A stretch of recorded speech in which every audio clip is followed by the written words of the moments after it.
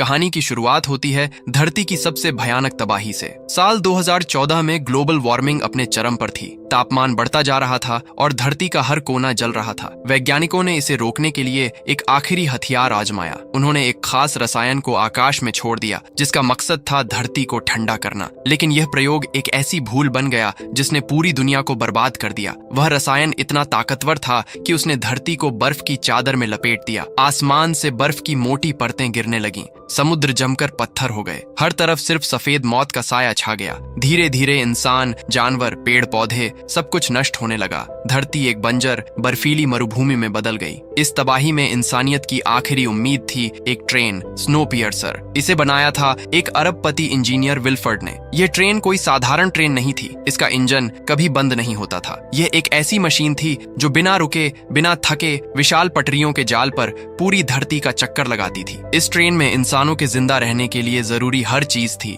बिजली, पानी, खाना और एक पूरी तरह से आत्मनिर्भर दुनिया। इस ट्रेन में लोगों को 3 हिस्सों में बांट दिया गया था, जैसे कोई छोटा सा संसार हो। सबसे आगे ट्रेन के फर्स्ट क्लास डिब्बों में रहते थे अमीर लोग। ये वो लोग थे जिन्होंने मोटी रकम देकर टिकट खरीदा था। उनके लिए यह ट्रेन किसी 5 स्टार होटल से कम नहीं थी। स्वादिष्ट खाना, शराब, शानदार बेडरूम्स और हर तरह की सुख सुविधाएं, ये लोग जो चाहें वह कर सकते थे। उनके लिए ट्रेन में हर चीज उनकी मर्जी से उपलब्ध थी। बीच के डिब्बों में रहते थे इकोनॉमी क्लास के यात्री। इनकी जिंदगी फर्स्ट क्लास वालों जितनी शानदार तो नहीं थी, लेकिन फिर भी ये लोग ठीक ठाक जिंदगी जी रहे थे। उनके पास खाना था, साफ पानी था और कुछ बुनियादी सुविधाएं थीं। लेकिन ट्रेन के सबसे पीछे टेल सेक्शन में रहते थे थर्ड क्लास के लोग। ये वो गरीब लोग थे जिन्हें मुफ्त में ट्रेन में चढ़ने दिया गया था, लेकिन उनकी जिंदगी नरक से भी बदतर थी। इन्हें अच्छा खाना तो दूर, नहाने के लिए पानी तक नहीं मिलता था। पिछले 17 सालों से ये लोग सिर्फ एक चीज खाकर जिंदा थे, एक अजीब सा प्रोटीन बार जो हर दिन गार्ड्स बांटते थे। इन लोगों की हालत इतनी खराब थी कि इन्हें बाहर का नजारा देखने का मौका तक नहीं मिलता था। ट्रेन का मालिक विल्फर्ड इंजन सेक्शन में रहता था। वहां से वह इस छोटी सी दुनिया को कंट्रोल करता था। इस ट्रेन में सब कुछ था, बिजली की चमक, पानी की सप्लाई, खाना पीना और यहाँ तक कि फर्स्ट और इकोनॉमी क्लास के बच्चों के लिए एक स्कूल भी। लेकिन ये सारी सुविधाएं सिर्फ अमीरों और मध्यम वर्ग के लिए थीं। टेल सेक्शन वालों के लिए सिर्फ अंधेरा, गंदगी और वह प्रोटीन बार था। ये ट्रेन कभी नहीं रुकती थी। ये 24 घंटे चलती रहती थी और धरती का एक पूरा चक्कर लगाने में इसे 1 साल का वक्त लगता था। हर साल जब ट्रेन एक खास ब्रिज, येकातेरिना ब्रिज से गुजरती थी, तो यह एक तरह का नया साल माना जाता था। यह ब्रिज ट्रेन के एक और साल पूरा होने का प्रतीक था। कहानी अब साल 2031 में पहुंचती है, जहां 2 गार्ड्स टेल सेक्शन में आए। इस बार उनकी मांग थी एक वायलिन वादक जो फर्स्ट क्लास के डिब्बों के लिए चाहिए था। एक बूढ़ा आदमी आगे आया। उसने कहा कि वह और उसकी पत्नी दोनों वायलिन बजा सकते हैं, लेकिन गार्ड्स को सिर्फ एक आदमी चाहिए था। जब उसने अपनी पत्नी के बिना जाने से मना कर दिया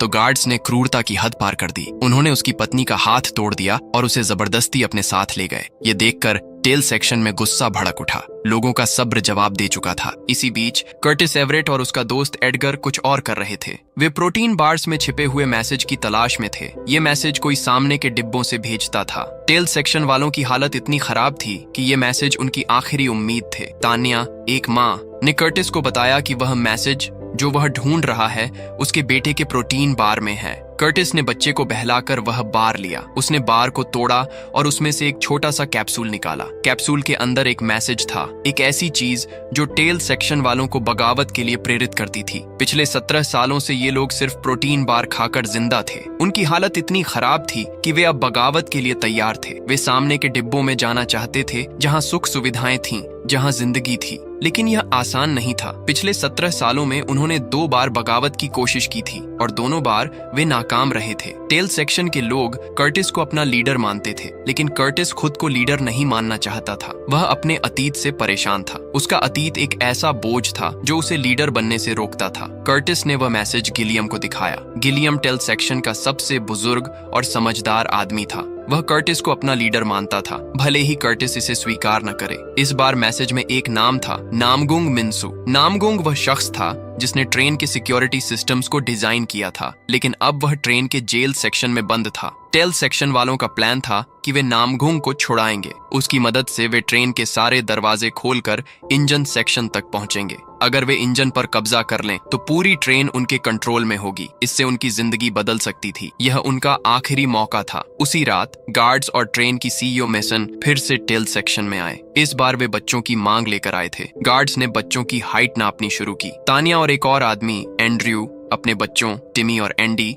को छिपाने की कोशिश करते हैं, लेकिन गार्ड्स क्रूर थे। उन्होंने बच्चों को जबरदस्ती उठा लिया। एंड्रयू ने गुस्से में मेसन के सिर पर एक जूता फेंक दिया ताकि वह उनके बेटे को न ले जाए। मेसन बच्चों को लेकर चली गई, लेकिन कुछ देर बाद वापस आई। उसने वह जूता उठाया और टेल सेक्शन वालों को ताने मारे। उसने कहा, जैसे जूते की जगह पैर में होती है और हैट की जगह सिर पर, वैसे ही तुम लोग टेल सेक्शन में हो। अपनी औकात कभी नहीं भूलना चाहिए। यह सुनकर टेल सेक्शन वालों का खून खौल उठा। मेसन ने एंड्रयू को सजा देने का फैसला किया। उसने गार्ड्स को आदेश दिया कि एंड्रयू का हाथ ट्रेन के बाहर रखा जाए। बाहर की ठंड इतनी खतरनाक थी कि सिर्फ 7 मिनट में उसका हाथ पूरी तरह जम गया। फिर गार्ड्स ने हथौड़े से उसका हाथ तोड़ दिया। यह एक भयानक सजा थी। टेल सेक्शन में कई लोग ऐसे थे जिनके हाथ या पैर इस तरह की सजा की वजह से कटे हुए थे। शायद उन्होंने भी कभी बगावत की कोशिश की थी या कोई ऐसी गलती की थी जिसकी सजा उन्हें इस तरह मिली। यह देखकर कर्टिस और बाकी लोग और गुस्से में आ गए। अब बगावत का समय आ चुका था। कर्टिस को एक बात पर शक था। उसे लगता था कि गार्ड्स की गनों में गोलियां नहीं हैं। पिछले 10 सालों में हुए विद्रोहों में सारी गोलियां खत्म हो चुकी थीं। चूंकि ट्रेन में नई गोलियां बनाने का कोई तरीका नहीं था, इसलिए कर्टिस को यकीन था कि गार्ड सिर्फ डराने के लिए खाली गनें लेकर घूमते हैं। उसने अपने शक को परखने का फैसला किया। वह एक गार्ड के पास गया, उसकी गन अपने सिर पर रखवाई और ट्रिगर दबवाया। जैसा कर्टिस को शक था, गन में कोई गोली नहीं थी। यह देखकर टेल सेक्शन वालों का हौसला बढ़ गया। उन्होंने गार्ड्स पर हमला कर दिया। गार्ड्स को मार गिराया गया और विद्रोही जेल सेक्शन तक पहुंच गए। जेल सेक्शन में उन्होंने नामगुंग मिन्सू और उसकी बेटी योना को छुड़ाया। दोनों क्रोनोल नाम के ड्रग के आदी थे और स्लीप चैम्बर्स में बंद थे। ट्रेन में सजा पाने वालों को इस तरह के चैम्बर्स में सुलाकर रखा जाता था। नामगुंग ने कर्टिस से सौदा किया। वह हर दरवाजा खोलने के बदले 2 क्रोनोल ड्रग की मांग करता था। कर्टिस ने यह सौदा मान लिया। योना में एक खास बात थी। वह दरवाजों के पीछे क्या है यह भांप सकती थी। जैसे ही वे अगले सेक्शन में पहुंचे, उनके सामने खिड़कियां आईं। 17 साल बाद टेल सेक्शन वालों ने पहली बार सूरज की रोशनी देखी। बाहर का नजारा बर्फ से ढका हुआ था। गिलियम, जो टेल सेक्शन का सबसे समझदार आदमी था, यह देखकर दुखी हो गया। 17 साल बीत चुके थे, लेकिन धरती की बर्फ अभी भी नहीं पिघली थी। यह देखकर टेल सेक्शन वालों का मन और टूट गया, लेकिन उनकी बगावत की आग बुझी नहीं थी। अगले डिब्बे में वे उस जगह पहुंचे जहां प्रोटीन बार्स बनाए जाते थे।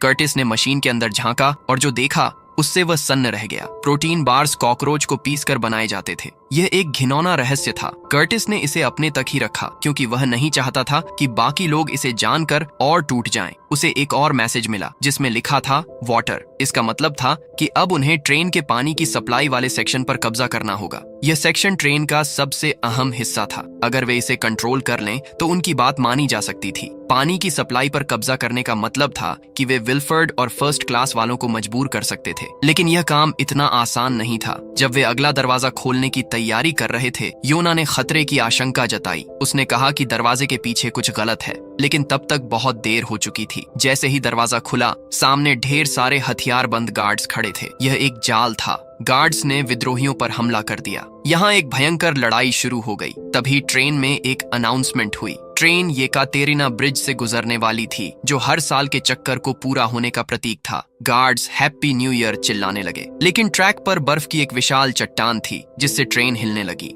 योना ने खाई में एक प्लेन का मलबा देखा जो पिछले साल की तुलना में अब ज्यादा साफ दिख रहा था। इसका मतलब था कि बर्फ धीरे धीरे पिघल रही थी। यह एक छोटी सी उम्मीद थी, लेकिन अभी विद्रोहियों के सामने जिंदगी और मौत की जंग थी। मिनिस्टर मेसन वहां पहुंची। उसने विद्रोहियों को ताने मारे और कहा कि उन्हें विल्फर्ड का शुक्रगुजार होना चाहिए जिन्होंने उन्हें ट्रेन में जगह दी। उसने कहा कि टेल सेक्शन वाले अपनी औकात भूल रहे हैं। उन्होंने ट्रेन का बैलेंस बिगाड़ने की कोशिश की है और अब उन्हें इसकी सजा मिलेगी। उसने गार्ड्स को आदेश दिया कि टेल सेक्शन के 74% लोगों को मार दिया जाए ताकि ट्रेन की आबादी कंट्रोल में रहे। ट्रेन अब एक लंबे टनल में घुसने वाली थी। गार्ड्स ने नाइट विजन गॉगल्स पहन लिए और अंधेरे में विद्रोहियों पर हमला शुरू कर दिया। कर्टिस ने अपने साथियों को मशालें जलाने का आदेश दिया। मशालें मशालों की रोशनी में टेल सेक्शन वाले गार्ड से भिड़ गए। यह एक खूनी जंग थी। लड़ाई के दौरान एक विद्रोही ने मेसन के एक कमांडर को पकड़ लिया, लेकिन मेसन ने उसे बलि चढ़ा दिया। उसने अपने कमांडर की जान की परवाह नहीं की।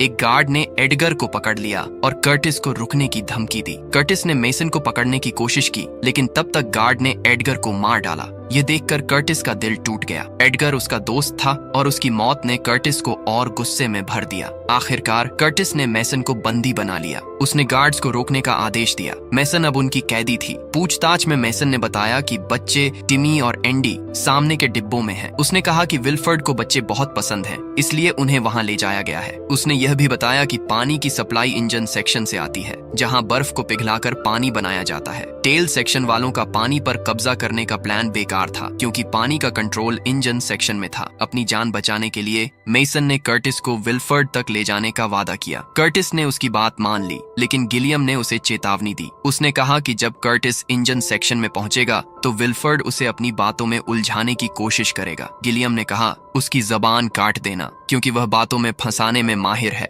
कर्टिस, नामगुंग, योना, तान्या और कुछ साथी मेसन के साथ आगे बढ़े। वे फर्स्ट क्लास के डिब्बों से गुजरे, जो एकदम अलग दुनिया की तरह थे। वहां फल सब्जियों के बगीचे थे, हरे भरे पौधे, ताजे फल और रंग बिरंगी सब्जियां। ऐसा लग रहा था जैसे वे किसी दूसरी दुनिया में आ गए हों। अगले डिब्बे में एक विशाल एक्वेरियम था, जहां मछलियां तैर रही थीं। यहाँ तक कि एक सुशी बार भी था। टेल सेक्शन वालों ने पहली बार सुशी खाई। उनके लिए यह किसी सपने की तरह था। कर्टिस ने मेसन को प्रोटीन बार खाने के लिए मजबूर किया, जो कॉकरोच से बना था। मेसन ने नाक भौं सिकोड़ी, लेकिन उसे खाना पड़ा। ये एक तरह से कर्टिस का बदला था। अगले डिब्बे में एक स्कूल था। यहाँ फर्स्ट क्लास के बच्चों को पढ़ाया जाता था, लेकिन यह कोई साधारण स्कूल नहीं था। यहाँ बच्चों का ब्रेन वॉश किया जाता था। उन्हें सिखाया जाता था कि विल्फर्ड एक भगवान की तरह है, जिसने इंसानियत को बचाया। टेल सेक्शन वालों को गंदा, कमीना और बेकार बताया जाता था। तान्या ने अपने बेटे टिमी की तस्वीर दिखाई और पूछा कि क्या किसी ने उसे देखा है। एक बच्चे ने बताया कि बच्चे सामने के डिब्बों में ले जाए गए हैं। ट्रेन उस जगह से गुजर रही थी जहां पिछली बगावत में कुछ लोग ट्रेन से कूद गए थे।